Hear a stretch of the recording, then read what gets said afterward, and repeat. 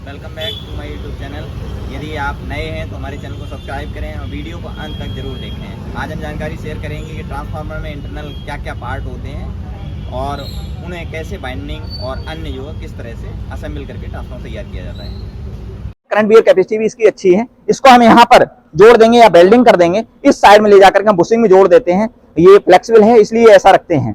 इसको जोड़ देंगे और कभी कभी क्या होता है, ये किसी कारणवश लोड की वजह से या कोई फॉल्ट की वजह से अगर कट जाता है तो एक फेज एकदम जीरो बताता है।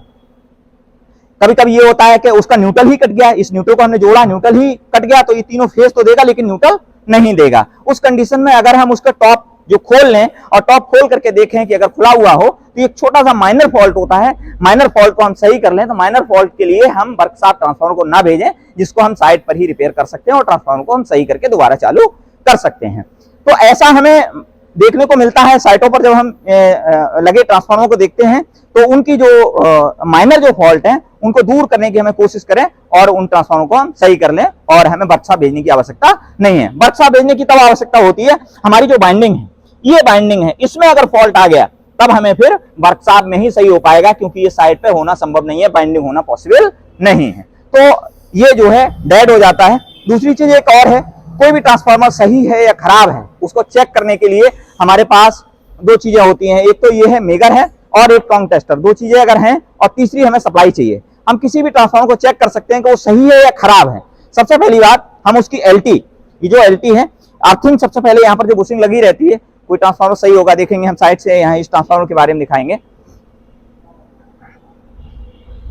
ये जुड़ा हुआ ट्रांसफार्मर है, इसकी जो एलटी बुशिंग है और ये इसकी एसटी बुशिंग है। हम क्या करें, इन सबसे पहले यहाँ पर जो हमारी अर्थिंग और न्यूट्रल जो केबल जुड़ी हुई है उन केबलों को खोल दें, इसकी भी सभी खोल दें। खोलने के बाद हम ट्रांसफार्मर को टेस्ट करें। वो कैसे करें, इसको हम सबसे पहले इसको और बॉडी को चेक करें। इसके साथ बॉडी और जो एलटी है उसके साथ मेगर वैल्यू हम निकालें। मेगर वैल्यू रहना चाहिए कम से कम इसमें 50 मेगा ओम होना चाहिए। इससे अगर कम है तो ट्रांसफार्मर खराब होने की संभावना है।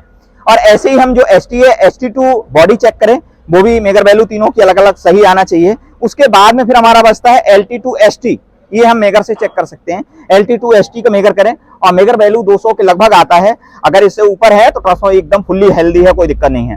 तो ये चीजें अगर सही है, एक हमने ये टेस्ट किया। दूसरा हम एक और दूसरे टेस्ट करते हैं कि ट्रांसफार्मर हेल्दी है कि नहीं है, उसका रेशियो खराब हुआ है। अगर रेशियो खराब होगा, कोई रेशियो खराब तब होगा जब उसकी बाइंडिंग बर्न हो जाएगी, और बाइंडिंग बर्न हो जाएगी तो उसका जो रेशियो है वो भी चेंज हो जाएगा। वो कैसे होगा, जो हम एलटी में यहाँ पे दे रहे हैं, यहाँ पर 3 फेज देते हैं R, Y, V। इन तीनों को जो हम एलटी में दे रहे थे उसको हम एसटी में दे दें। तीनों में देने के बाद में हम इस यहाँ पर वोल्टेज को चेक कर लें, न्यूट्रल के साथ कर लें और फेज टू फेज तीनों का हम चेक करें।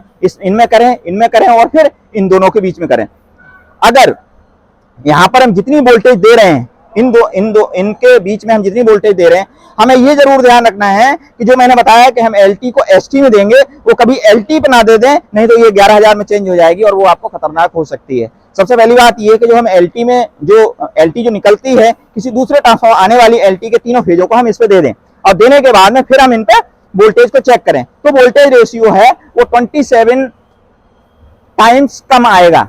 मतलब 27 से डिवाइड कर दें, जो वोल्टेज आ जाएगा और वो अगर तीनों पे आ रहा है, दैट मींस ट्रांसफार्मर एकदम फुल्ली हेल्दी है। लेकिन हमारे जो ट्रांसफार्मर आयल है उसकी बीडी भी चेक करानी पड़ेगी। ट्रांसफार्मर का आयल अगर खराब है तो उसमें आप इसको कुछ नहीं कर सकते, वो ट्रांसफार्मर आयल को चेंज ही करना पड़ेगा। अन्यथा की स्थिति में खराब ट्रांसफार्मर आयल ट्रांसफार्मर को खराब कर देगा और उसको फिर हमारा ज्यादा नुकसान होगा। ये भी हमें देखना है कि ट्रांसफार्मर आयल की बीडी भी 40 वोल्ट से कम नहीं होना चाहिए। अगर इससे कम है तो ट्रांसफार्मर जो है खराब हो सकता है।